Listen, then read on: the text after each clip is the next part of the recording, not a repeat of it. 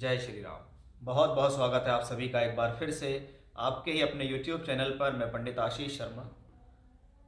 बुद्धि, ज्ञान, लॉजिक, शिक्षा, तर्क और व्यापार के कारक ग्रह बुध देव ब्रह्मांड में बृहस्पति की मीन राशि में जाने वाले हैं, जहां पर ये ग्रह नीच के हो जाते हैं। जहां एक तरफ बुध को बुद्धि से जोड़ा गया है तो बृहस्पति को ज्ञान से जोड़ा गया है।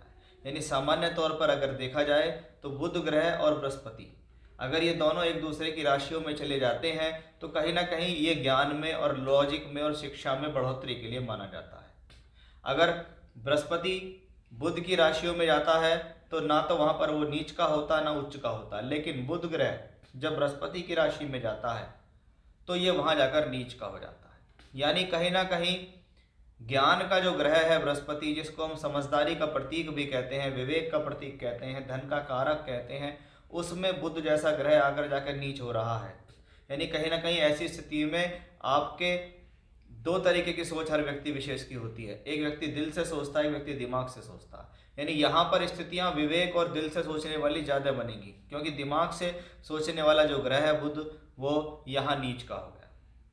यानी ये प्लेनेट जाके कहता है कि इस दौरान चतुराई से बचें, निर्णय सोच समझ कर लें, जल्दबाजी ना करें। ऐसा बिल्कुल भी ना हो कि आज ही अपॉर्चुनिटी आ रही है, आज के बाद आएगी ही नहीं, क्योंकि ये जो ट्रांजिट है 7 मार्च से 25 मार्च के बीच में है और गलती होने के लिए तो क्षण भर का समय ही काफ़ी होता है। ये तो काफ़ी लंबा पीरियड है। तो ये सभी राशियों पे अप्लाई होता है ये नियम, सिर्फ अकेली आपकी राशि के लिए नहीं, ये सभी पे अप्लाई होता है, क्योंकि बुध सभी के लिए बुद्धि ज्ञान देने वाले प्लेनेट हैं। और जब वो बृहस्पति की राशि में नीच के होते हैं तो इस बार वो राहु के साथ वहाँ पर होंगे, क्योंकि राहु ऑलरेडी वहाँ चल रहे हैं। तो बनेगा बुध राहु का जड़त्व योग। अब इस जड़त्व योग से हानि क्या होती है कि बुद्धि के भ्रमित करने का एक कॉम्बिनेशन है बुध राहु का कनेक्शन, कि बुध और राहु प्लेनेट अगर किसी कुंडली में एक साथ हो या गोचर में एक साथ आ जाएं तो ये आपकी बुद्धि को कुपित कर सकते हैं, मलिन कर सकते हैं, खराब कर सकते हैं, खराब डिसीजन दिलाकर जल्दबाजी में आपका नुकसान कराने में सक्षम है। ये भी हमें क्लियरली इसी कॉम्बिनेशन से दिखाई देता है। तो बुध राहु का जड़त्व योग इस प्रकार की स्थिति को दर्शाता है कि ऐसी स्थिति में पहले वो प्लेनेट आपके ऊपर हावी होगा, क्योंकि एक तो ऑलरेडी नीच का है, राहु उसके साथ है, फिर वो आपको गलत निर्णय दिलाएगा, फिर वो आपको प्रॉब्लम देगा। वो प्रॉब्लम किसी भी फील्ड में किसी भी तरीके से हो सकती है। आप एजुकेशन कर रहे हैं तो एजुकेशन में कन्फ्यूजन, नौकरी कर रहे हैं नौकरी में प्रॉब्लम, व्यापार कर रहे हैं डिसीजन में प्रॉब्लम। यानी जीवन के किसी भी क्षेत्र को लेकर ये कॉम्बिनेशंस इस प्रकार से प्रॉब्लम दे सकता है। अब किन लोगों पर इसका खासा देखते हैं कि बुध के नीच का होना और बुध का राहु के साथ होना कर्क राशि के जातकों के लिए कैसा रहने वाला है। देखिए, कर्क राशि के लिए अगर बुध को देखा जाए तो बुध अच्छे भावों का स्वामी भी नहीं है, बुध मित्र भी नहीं है। लेकिन अगर एक कॉम्बिनेशन होता है कि जब जब कोई ग्रह जहाँ का मालिक है उन मालिक से वो त्रिकोण या केंद्र स्थानों में बैठता है तो वो फल अच्छे दे सकता है। जैसे बुध 12वें और तीसरे घर का मालिक है।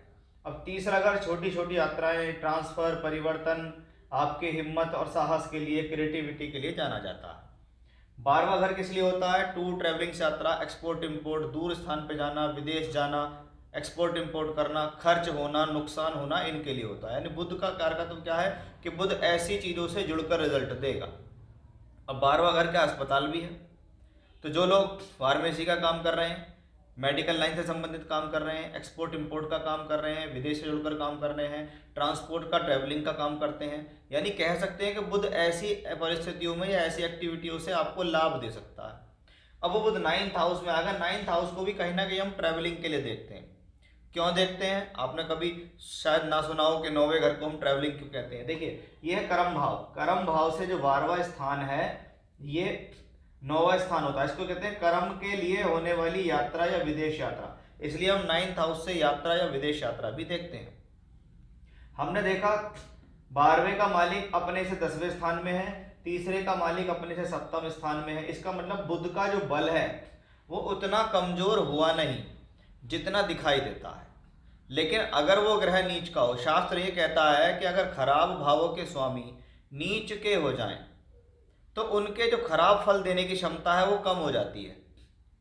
मान लीजिए कोई ग्रह खराब भाव का स्वामी है और वो कुंडली के अंदर नीच का हो गया तो ये आपके लिए अच्छी बात है, लेकिन खराब भाव का स्वामी उच्च का हो गया और आपकी किसी भी भाव को ऊपर बैठ गया, अब देख रहा है, तो वो उस भाव से संबंधित प्रॉब्लम देगा, क्योंकि खराब व्यक्ति की ताकत बढ़ रही है। यहाँ क्या हो रहा है, खराब व्यक्ति की जो ताकत है वो कम हो रही है। इसका मतलब है इस प्लेनेट से आपको घबराना नहीं है, ये प्लेनेट पॉजिटिवली आपके लिए काम करेगा। जितने भी कारक तो मैंने छठे वो तीसरे और 12वें घर से संबंधित बताए हैं, उनसे संबंधित वो लाभ देगा। अगर आपका ऐसा कोई भी काम है तो ये लाभ देगा। जैसे 9th हाउस में बैठा है, तीसरे को देख रहा है, अगर आपकी इच्छा है कि ट्रांसफर हो जाए, परिवर्तन हो जाए, दूर स्थान से जुड़कर काम होना शुरू हो जाए, या मैं अपने काम के अंदर ट्रैवलिंग से फ़ायदा कर लूँ, सेल से, परचेज से, मार्केटिंग से, एक्सपोर्ट से, इंपोर्ट से, बाहर से जुड़कर मेरा कुछ काम जुड़ जाए, तो आप प्रयास करेंगे तो वो प्रयास सफल होंगे। ऐसा समय प्रोफेशनली यात्रा कराने वाला होता है। बुध जो कि बुद्धि का प्रतीक है, राहु उसको भ्रमित करता है, इसलिए बुध राहु का जड़त्व योग बनता है और बुध यहाँ नीच का हो रहा है। इसलिए ऐसी स्थिति में एक बात हमेशा ध्यान रखनी चाहिए कि हमें जो भी डिसीजंस लेने हैं वो किसी भी प्रकार की जल्दबाजी में नहीं लेने। क्विक डिसीजन लेने से बचें, सहजता से काम करें, जल्दबाजी से बचें। किसी भी प्रकार की हरकत करने से पहले ये सोचें कि मैं ये काम क्यों कर रहा हूँ, क्या फ़ायदा है, क्योंकि ऐसी स्थिति में क्या है, अच्छा खासा समझदार व्यक्तित्व रखने वाला व्यक्ति भी गलतियाँ करता है, क्योंकि उसकी बुद्धि राहु के कब्जे में आ चुकी है। बुध जो बुद्धि का मालिक है वो राहु केतु एक्सेस पे आया है, यानी कहीं ना कहीं मति भ्रमित होकर ही नुकसान होगा। इस बात का विशेष ध्यान रखना है जीवन के सभी क्षेत्रों को लेकर, चाहे मैरिड लाइफ रिलेटेड हो, प्रोफेशनली हो, इकोनॉमिकली हो, एजुकेशन को लेकर हो, किसी भी चीज़ को लेकर हो, उसका ध्यान आपको विशेष रूप से रखना होगा। ऐसा मैंने इंट्रोडक्शन में भी अच्छी तरीके से आपको बताया है और मैं आपको यहाँ भी इस बात के लिए बता रहा हूँ। इसलिए इन चीज़ों पर विशेष ध्यान रखें कि थोड़े समय के लिए ही भले ये ट्रांजिट है, लेकिन गलती होने के लिए तो थोड़ा समय ही बहुत होता है। तो उस बात का ध्यान रखना है, इस दौरान धैर्य से काम लेना है। आपकी अगर कोई गलती नहीं है, आप अगर कोई डिसीजन रॉन्ग नहीं ले रहे, तो ये कॉम्बिनेशन आपको कोई भी नुकसान नहीं पहुंचाएगा। तो ये था कर्क राशि के जातकों के लिए कैसा रहेगा प्रभाव बुध के नीच के होने का और राहु के एक्सेस में आने का। जय श्री राम।